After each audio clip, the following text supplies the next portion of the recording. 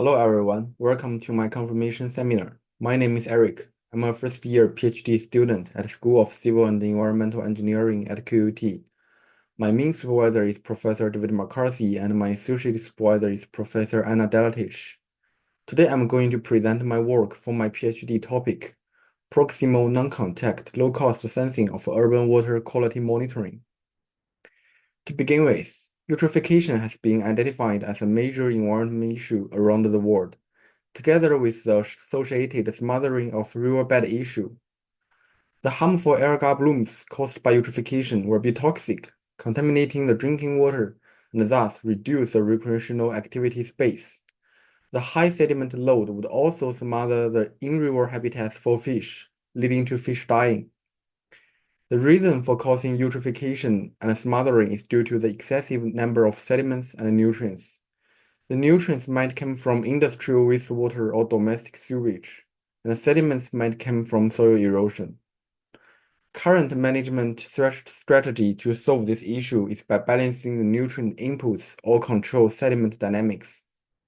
In order to achieve better mitigation performance, we need to understand the temporal and spatial dynamics of sediments and nutrients and their sources. Water quality monitoring is an effective method to understand the spatial and temporal dynamics of the sediments and nutrients within the water body. The common methods are grab sampling, auto-sampling using auto-samplers, in-water sensing using in-water sensors, or remote sensing using unmanned aerial vehicles and satellites. To evaluate each of the methods, we have designed a performance evaluation matrix. The matrix is based on a radar graph. It will examine each method in terms of spatial coverage, temporal resolution, cost effectiveness, and maintenance minimization. The further far away from the center, the better performance they got. Begin with grab sampling. Grab sampling has good flexibility as it can directly sample for targeted water pollutants. However, this process is costly as technicians need to go to a site to collect samples. Later, the auto-sampler was introduced. The auto-sampler can be programmed to sample at predetermined volume or flow intervals, thus increase the sampling frequency. However, the installation of such device could be hard, as some sites don't have enough space to install. Overall, both methods can only provide a snapshot, which lacks spatial coverage and temporal resolution. The maintenance minimization is slightly better as the samples will be sent back to controlled lab environment for further analysis. To improve the temporal resolution, in-water sensing method has been used as it can offer long-term continuous monitoring. However, it still has limited spatial coverage and low cost effectiveness due to its high equipment cost. Also, it is reported that this in-water sensor often suffered from biofouling or clogging issue, which require regular maintenance. To minimize the maintenance and improve the spatial coverage limitation, the remote sensing technique has been found as an effective alternative. Remote sensing technique can acquire information without physically contact with object, avoid biofouling and clogging issue. The performance metrics for unmanned aerial vehicles is shown as follows. Unmanned aerial vehicles have better spatial coverage with reasonable cost. However, it has limited temporal resolution due to the limited battery and power source. Also, unmanned aerial vehicles have high sensitivity to the weather events. The flight might be cancelled during heavy winds. The performance metrics for the satellite is shown as follows. Satellite-based platform has the largest spatial coverage. However, it also has limited temporal resolution due to atmospheric interference and often restricted by complex weather conditions. Despite their good ability to monitoring water quality remotely, none of them can be deployed or operated underground. This limits their application for urban water quality monitoring purpose when the sensor needs to be installed inside the stormwater pipes. Therefore, we want to combine the benefits of remote sensing with the benefits of in-water sensing to increase the temporal resolution while minimize the maintenance need. Proximal non-contact sensing has found to be an ideal solution to solve this problem. It not only has the advantage of remote sensing, that is non-contact with water, no biofilling issue, low maintenance required, and can be deployed for a long period of time, but also can be installed close to the water surface or underground, which means less impacted by weather condition. The main principle used for proximal non-contact sensing is reflectance spectroscopy. When the light hits the water surface, it will either be absorbed, transmit, or reflect. The reflectance has two forms. The first one is called specular reflectance, where light will directly bounce back from the water surface, contain less information about water constitution, which is not desired. The second is diffuse reflectance. The intensity and direction of light will depend on the type, concentration, and size of particles in the water body. So the reflectance can help us to review water composition information. To have an understanding of the existing application utilizing the proximal remote sensing technique, a systematic literature review has been conducted. The literature review has been done with the scientific database Scopus with 3 rounds of screening. The search terms are listed below. The literature review is until December 2023, and 22 papers have been found for field applications. Through the literature, we have summarized the key information in the figure below. Majority of the water quality indicators are optical active parameters, such as stability, TSS, color dissolved organic matter, with the chlorophyll A to be the most popular parameters to be monitored. Regarding the instrument brand, all of the equipment used are spectrometers. The most common equipment is ASD series. The price for these instruments are expensive, ranging from $3,000 up to $60,000. All these instruments have measurement range from 400 to 1000 nanometer, with spectral resolution between 1 to 10 nanometers. Therefore, it can be seen that the proximal non-contact sensing method has good performance in terms of temporal resolution and maintenance minimization. However, the expensive instrument cost limits its deployment over higher spectral coverage. So, what we want to do is to push the boundary forward towards the cost effectiveness. This will help us achieve better spatial coverage, therefore creating an optimal solution for urban water quality monitoring. In order to improve the cost efficiency for the method, we need to first understand why these instruments are so expensive. The spectrometer are optical-based instruments. They can use to measure light from UV, which is less than 380 nanometers, visible light, which is between 380 to 800 nanometers, and near-infrared light, which is between 800 to 2400 nanometers. The majority of the commercial spectrometer are hyperspectral-based. They can collect spectrum continuously over thousands of bands. This is the main reason for high cost, as you need a powerful phototransistor to process the light intensity data. In contrast, the device with certain number of bands are often called a multispectral sensor. This has led to a discussion about data redundancy, as the number of bands is correlated with cost. Do we actually need expensive hyperspectrometer with thousands of bands to collect data? Based on this table, most of people are using either single bands or a few multiple bands within very narrow window to estimate most of the pollutant that we are interested in. So, do we need thousands of bands, or rather do we need a hyperspectrometer? Probably not. We might be able to get away with a more specifically designed multispectral sensor which can reduce cost significantly. From the low-cost water quality sensor survey, currently there is no low-cost field-tested multispectral sensor available in the market. So, if we want to develop a low-cost multispectral sensor, which band do we actually need to accurately predict water quality indicators? From the literature, the characteristic bands for the water quality parameters we are interested in are within the visible to near-infrared range.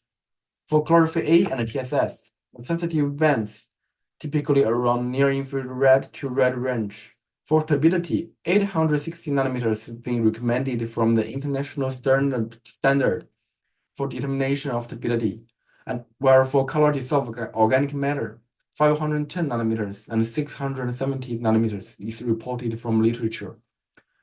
Where for non-optical sensitive parameters such as TP or TN, it has been reported that they can be predicted using chlorophyll A and TSS or color dissolved organic matter as proxy, which typically are around 600 to 700 nanometers.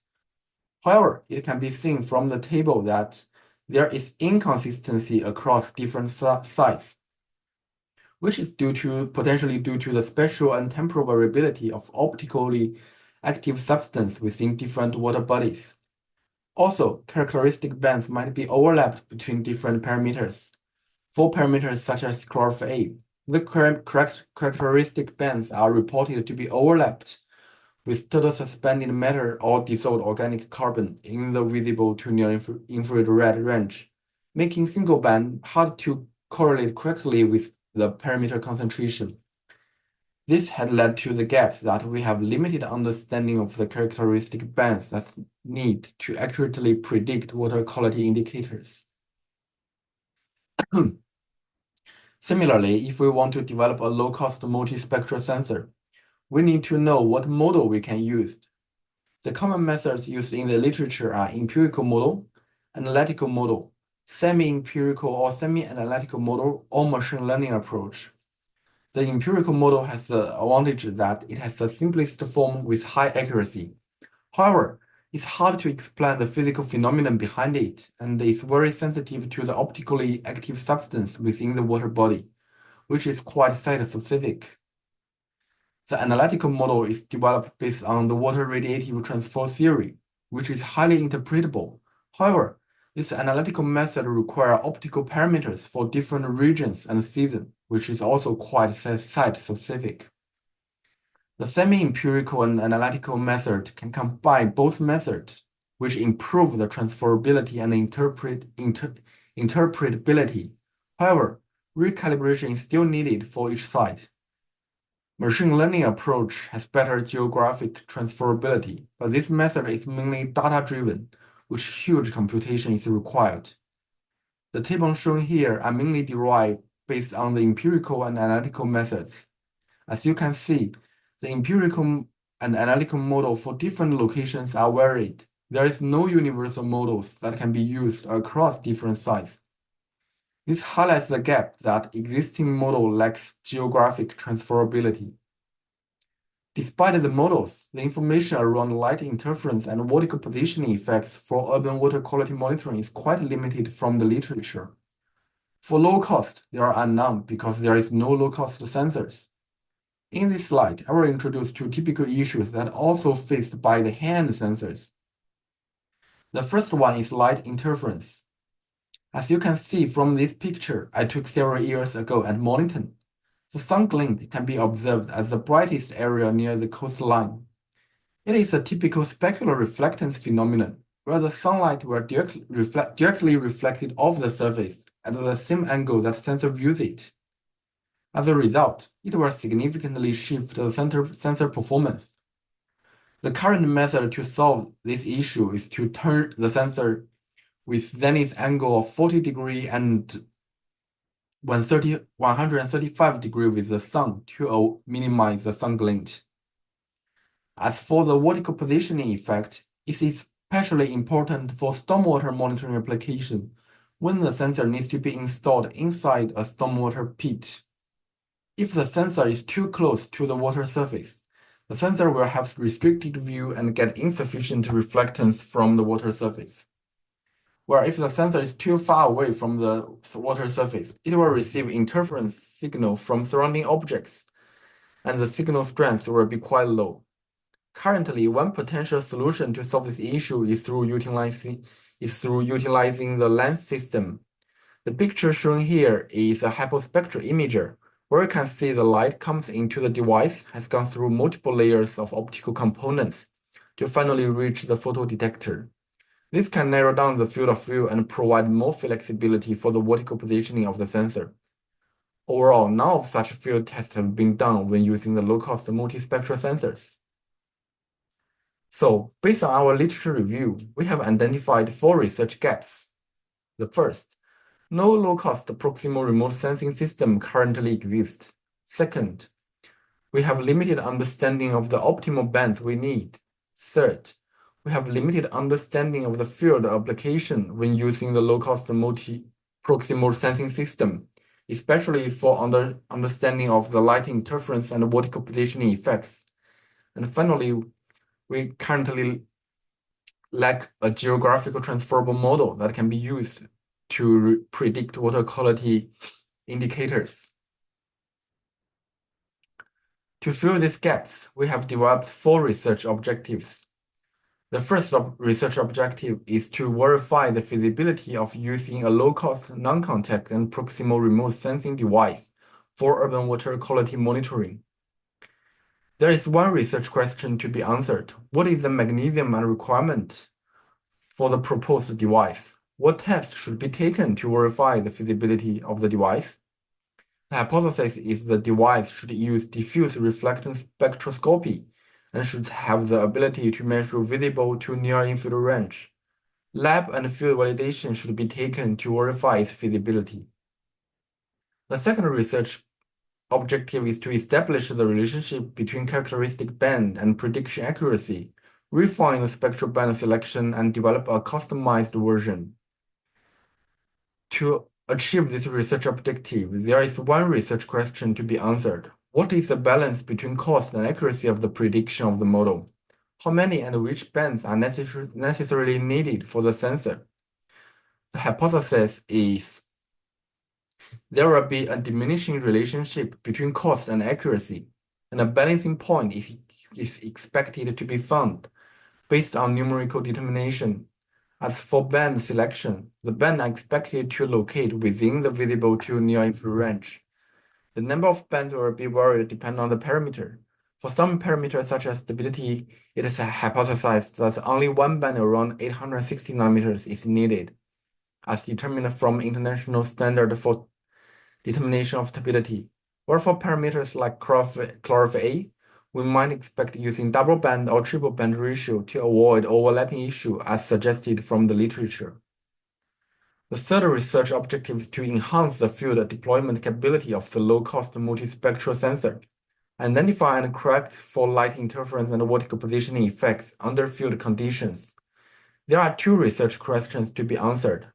First, what are the effects of light conditions on the urban water quality measurement? What strategies can be used to minimize the effects? It is hypothesized that the street light will disturb the sensor reading, and direct sunlight exposure might result in sun glint on the water body, which will shift the sensor performance. The potential strategy could involve rotating the sensor to the desired position to avoid sun glint effect, or maybe consider add optical filters to reduce the influence caused by the sun glint. The second research question is, how does the vertical positioning of proximal remote sensors above the water surface affect the urban water quality measurements? It is hypothesized it will follow a diminishing relationship. Too high or too low will result in low signal-to-noise ratio and reduce the measurement accuracy. The first research objective is to develop a geographical transferable model. There are 2 research questions to be answered. The first one is, how well do existing algorithms originally developed for large water bodies perform when applied to urban water quality monitoring? It is hypothesized that existing algorithms may not perform adequately in urban environments due to their pollution source difference. The second research question is, what algorithms are needed to ensure low-cost proximal remote sensors are transferable between sites and can cope with different concentration ranges? It has hypothesized that the model should consider spectral signature combined with local environmental condition. Different sites have different color or particle size distribution. As for the site selection criteria, each site is expected to have distinguished geographical and hydrological characteristics. To answer all these research questions, a low-cost multispectral sensor is needed to be developed. So, the aims and objectives of the preliminary research is to first of all develop a low-cost non-contact multispectral sensor that can be used for water quality monitoring. This would help to answer research question 1. What is the mechanism and requirement for the proposed device? What tests should be taken to verify the feasibility of the device? So, As the aim of this work is to validate the low-cost multispectral sensor, first we need to review and find out which sensor to use. From the literature review, the suitable products should be able to capture visible to near infield range with relatively low cost. 3 raw sensor boards have been found from the market. Each product has been examined through measurement range, spectral resolution, equipped light source, and cost. The AS725X is found to be the optimal product due to its wide measurement range and integrated light source with reasonable cost. The picture showing on the right is the AS72565X. The sensor consists of 3 sub-sensors as shown in the green circle. Plus, there is one UV LED, one infrared LED, and one white LED to provide customizable light options. After that, the next step is to test the sensor on the real-world samples. First, we need to develop the sensor, including the housing and electrical system design. This device has one sensor sitting in the middle that used to read signals, and we have another 4 sensors at surrounding to emit light, and we connect all of them through I2C to communicate with our Boso board. In order to develop this device, it might look simple, but there was a lot of things that we needed to do beforehand. The field of view test was really important. We need to make sure what we were looking at was only the water surface. So we need to understand the field of view, and that means we need to understand how that field of view varied with distance from the water surface. We have built a 3D model to simulate the diameter of the proposed field of view. Based on different groups of simulation, we have come up with the following equation. Then, we have randomly picked 160 mm height as a test. Based on the equation, the expected field of view is 136 diameter. We then prepare different black circles with different diameters on white paper to verify this finding.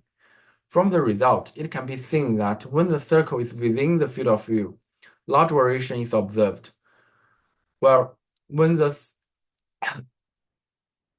diameter of the black circle is outside the field of view, it tends to be flattened. This has worried the correctness of our equation, and we can use this relationship to ensure our sensor can only see the water surface. Next, we have also done the bottom interference test to ensure we will not get reflections from the bottom through the sensor and box design. First, we have prepared 5 different cups with different depths. Then we have filled in DI water and 1 stormwater sample to take measurements under controlled dark environment. Then we have fit the curve using this equation. The needed depth is taken when the slope is equal to 1. The data has been normalized using minimum to maximum method before fit the curve. The result when using DI water is shown here. The needed depth is shown as the right dot line, which is typically around 0.4 to 0.6 normalized depth. This depth has been transformed back to real depth to determine the final depth. This process has been repeated for stormwater sample, and the real minimum depth is found to be 9.1 cm. Finally, we have optimized our cup design to suit for practical usage.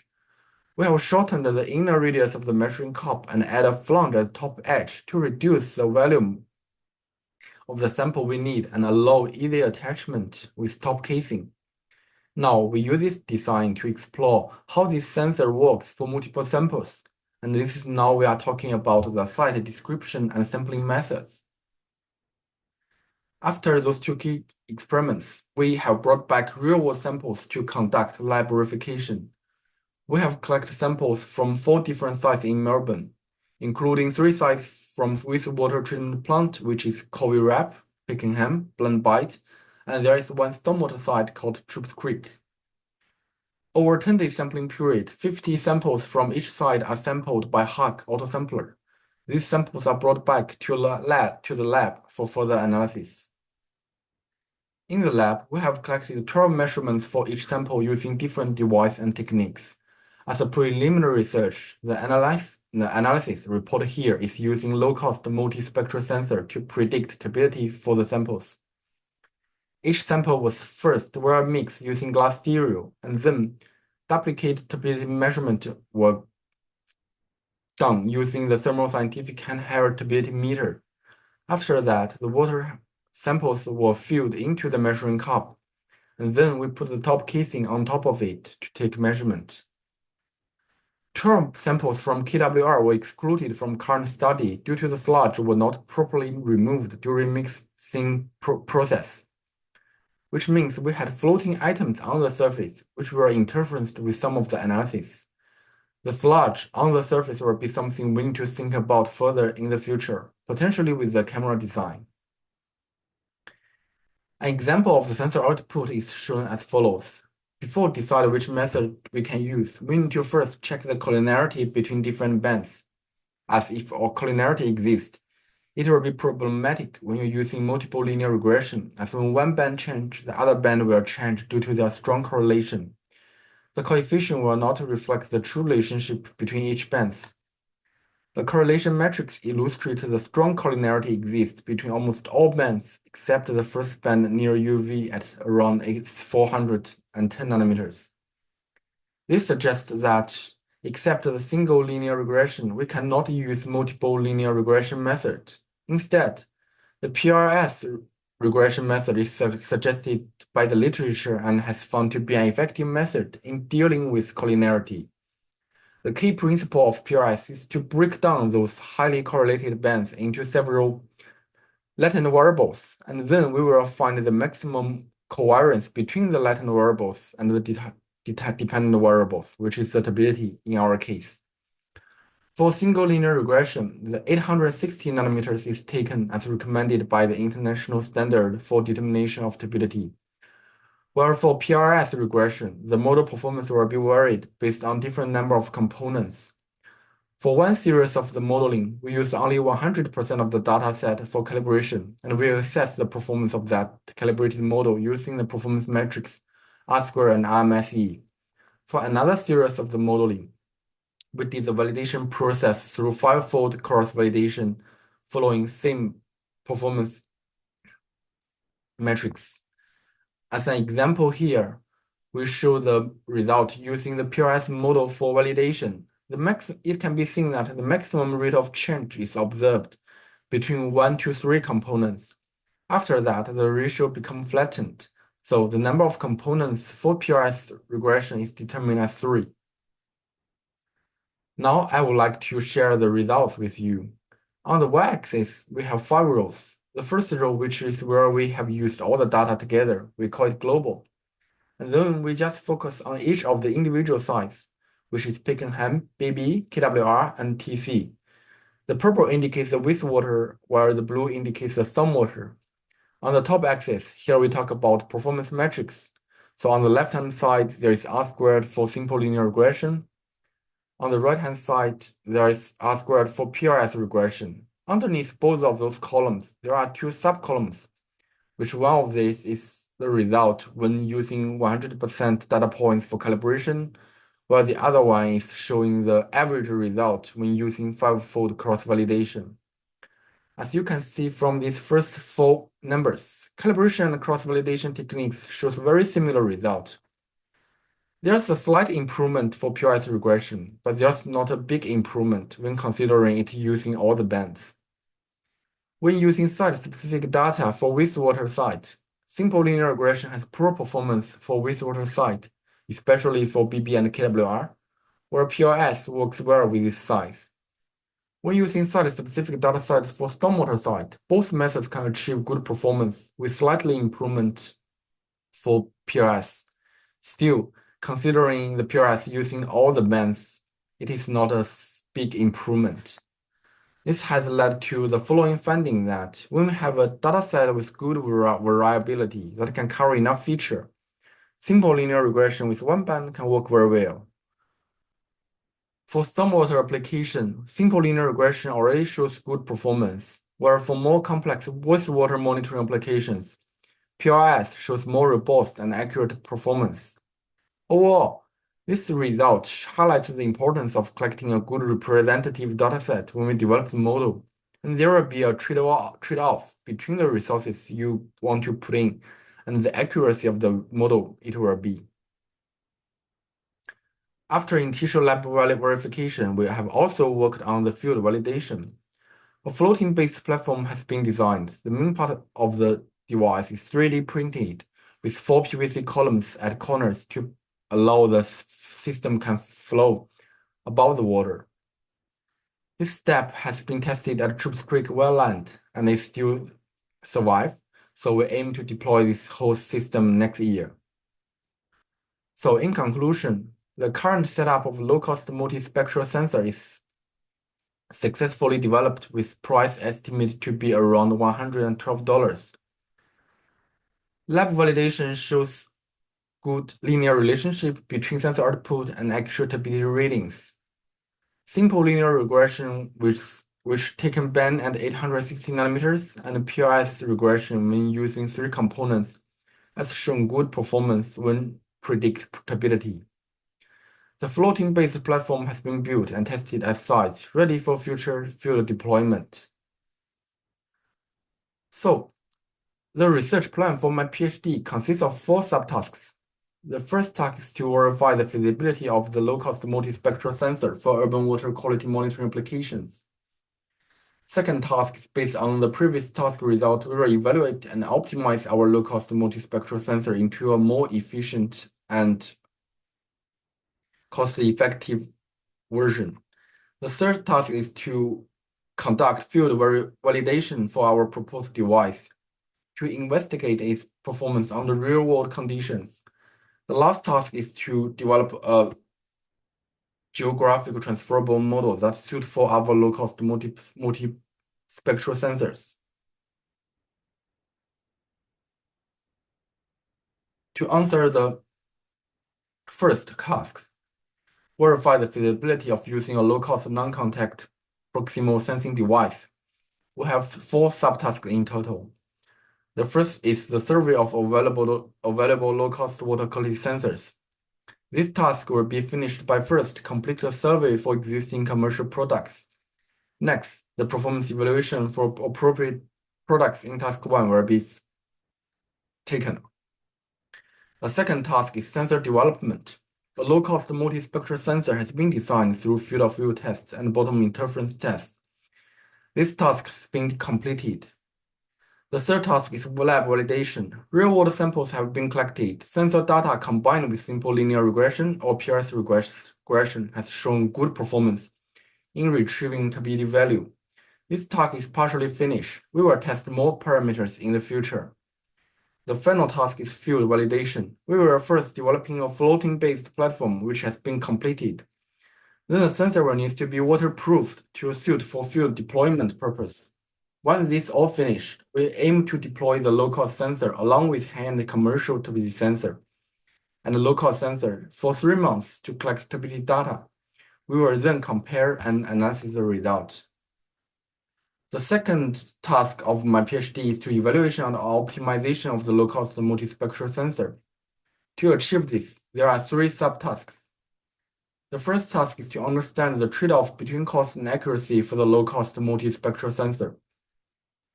This task will be finished by first collecting data using both low-cost device and high-end device, and then examine the accuracy when using same predict model for both devices.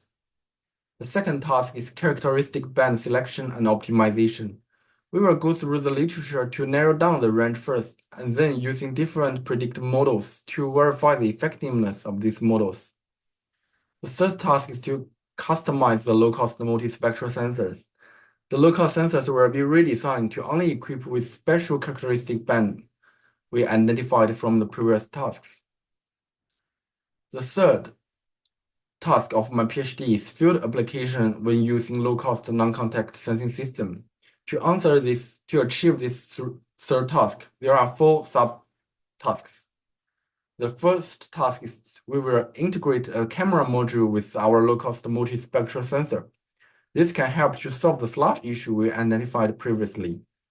The second task is we will improve our whole system design, including the waterproofing, power consumption, or data storage solution. We'll ensure there's no leakage occur, and we will also consider our system to equipped with the solar panel to provide longer period of monitoring. SD card may also be considered to back up our data.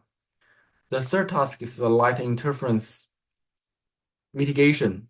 We might consider add another sensor facing upwards to receive sunlight irradiance and then apply above water method as suggested from Mobley from the literature to account for the sunlight. We might also design an adjustable arm that we can rotate the whole system to a certain angle to minimize the sun glint effect. The final task is about the vertical positioning optimization. We might consider using lens systems such as converging lens to adjust our field of view, which can provide more flexibility for vertical positioning. The final task of my PhD is to develop a geographical transferable model. To do this, the first task is we will collect data with good variability in terms of spatial, temporal, and pollutant concentration. This can ensure we have a good representative dataset for future analysis. Then we will pre-process this collect data to eliminate any noise and transfer it to a suitable format for further analysis. Once data is clean, the next step is we will work on develop a geographical transferable model. There are many existing predictive models originally developed for satellites. We will first review these methods and investigate their effectiveness in predicting urban water quality monitoring. We are also working on trying different methods, such as using machine learning approaches, such as random forest or XGBoost, as this method has strong capability in dealing with nonlinear relationship and learn new features from the dataset. We might also consider using fusion techniques, which we will consider a model that can incorporate with different source and inputs and combine all of them together to output the predicted value. For example, we can combine the RGB images with spectral readings to improve the robustness when we're facing colored sludge in the sample. In the end, we could also try different calibration strategies, such as using little amount of local data to calibrate a larger global model. This can help the model understand better what happened at each site.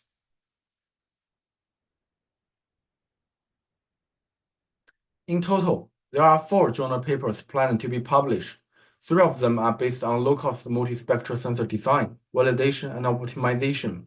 And the last one is about the model development. Thanks for listening.